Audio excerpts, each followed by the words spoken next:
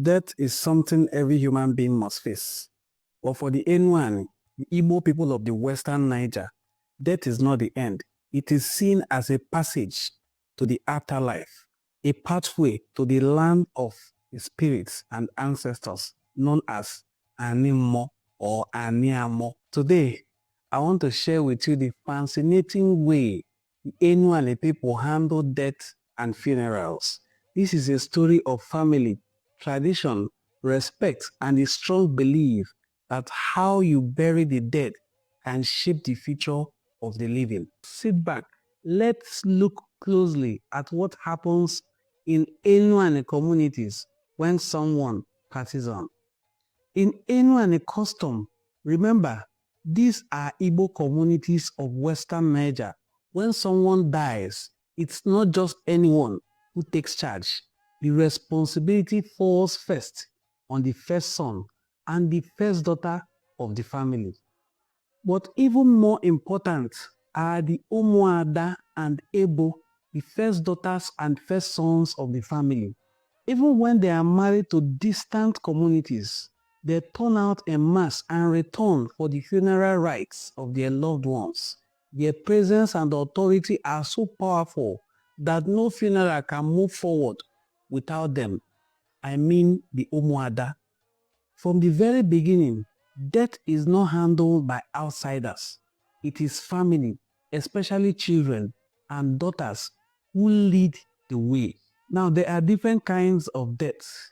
Not all deaths are treated the same way among the Enuani people of Western Niger, and it is so in most parts of Igbo land. While some deaths are seen as normal and natural, others are considered shameful and dangerous. For example, if someone commits suicide or dies through a curse, they are not buried like everyone else. Such people are taken to the evil forest. Nobody cries for them because tears might anger the gods.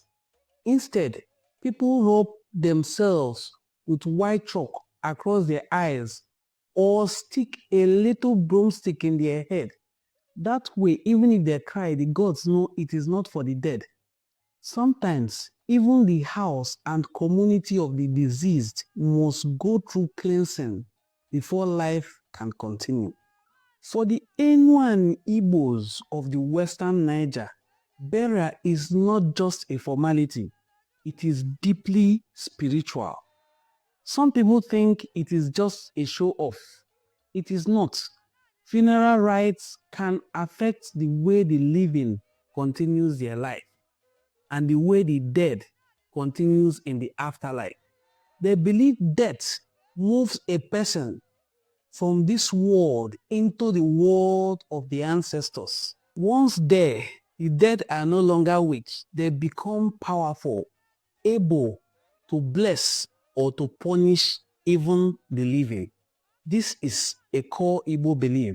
That is why every family, whether rich or poor, spends a lot to give their loved ones a proper burial.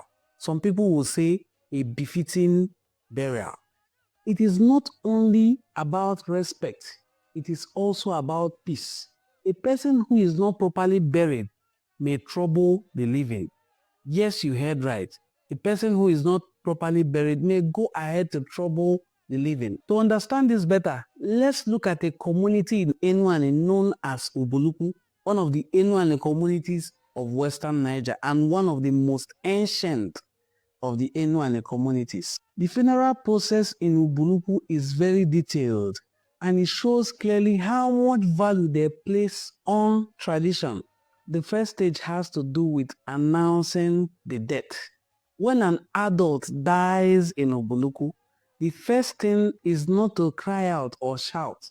The death is quietly reported to the oldest member of the family, who reports to the Igbo that their son or daughter is sick, as the case may be.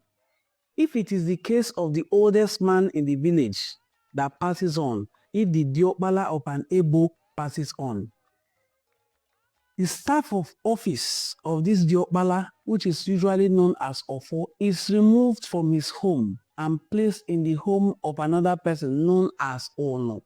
If it is in the case of the Adebo that becomes deceased, the Adebo, her own staff is taken to the Diokbala's house. That is the most senior person in the lineage. After this sacred duty is done, then can death be announced. And there's something very striking.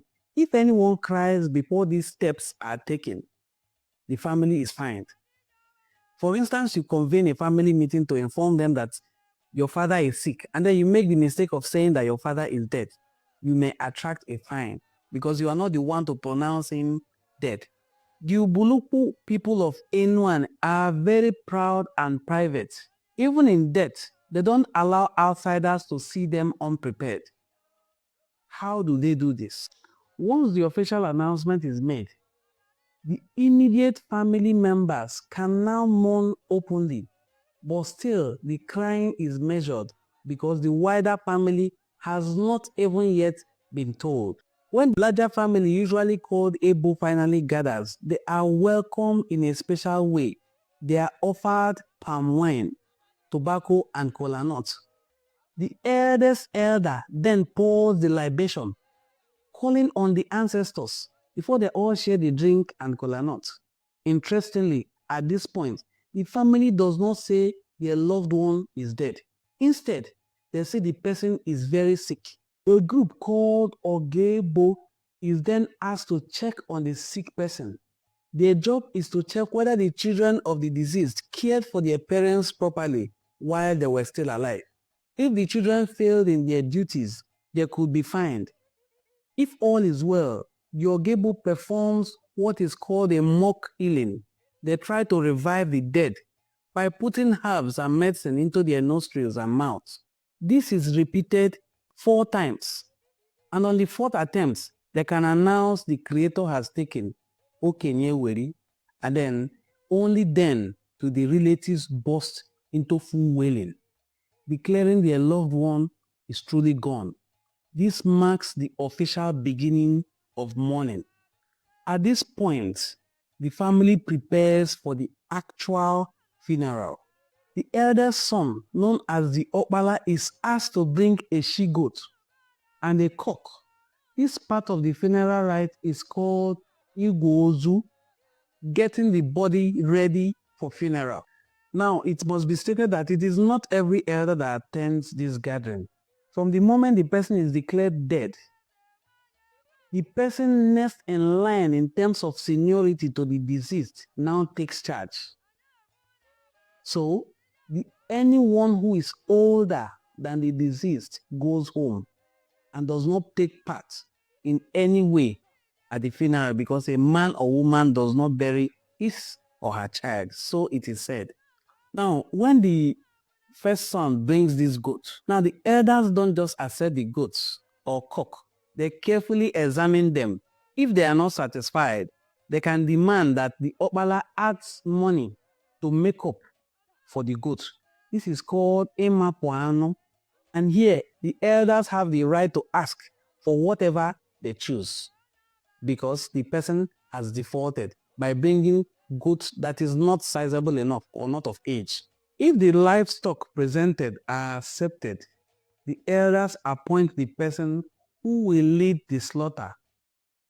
The goat and the cock are then killed and their blood is sprinkled on the deceased person's Ikenga, the wooden shrine that represents the person's personal power and achievements.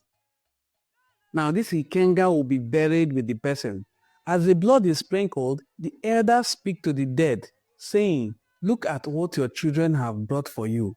May you bless them, protect them, and never harm them." This moment is both sacred and symbolic. It connects the children to their parents in death, ensuring blessings continue from the world of the ancestors. This is purely the belief. So far, we have seen how the Enuani Igbo of Western Niger treat their dead with deep seriousness. From the silence of the first announcement, to the gathering of relatives, to the mock healing, and finally, the sacrifice that prepares the dead for burial. But we are not done yet. There are still more stages ahead. In our next episode, we will continue from stage 5 and uncover the remaining steps that complete the funeral rites in Western Igbo land. Thank you for watching. If you enjoyed this, don't forget to like, share, and subscribe so you don't miss out on the next part of this series.